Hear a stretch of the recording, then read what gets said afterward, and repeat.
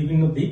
Saudi আরবে বসবাসরত প্রবাসী বাংলাদেশিদের বিনিয়োগের সুযোগ সুবিধা, অধিকার এবং বাধ্যবাধকতা শীর্ষক সেমিনার অনুষ্ঠিত হয়েছে। এর আয়োজন করে রিয়াদে বাংলাদেশ দূতাবাস। গেল সোমবার রিয়াদ বাংলাদেশ দূতাবাসের অডিটোরিয়ামে আয়োজিত সেমিনারে সভাপতিত্ব করেন রিয়াদে নিযুক্ত বাংলাদেশের রাষ্ট্রদূত মোহাম্মদ দেলোয়ার হোসেন।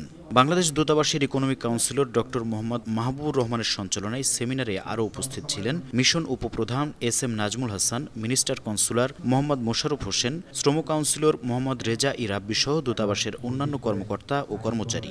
এছাড়া উপস্থিত ছিলেন সৌদিতে বিনিয়োগকারী বাংলাদেশি এবং গণমাধ্যম কর্মীরা।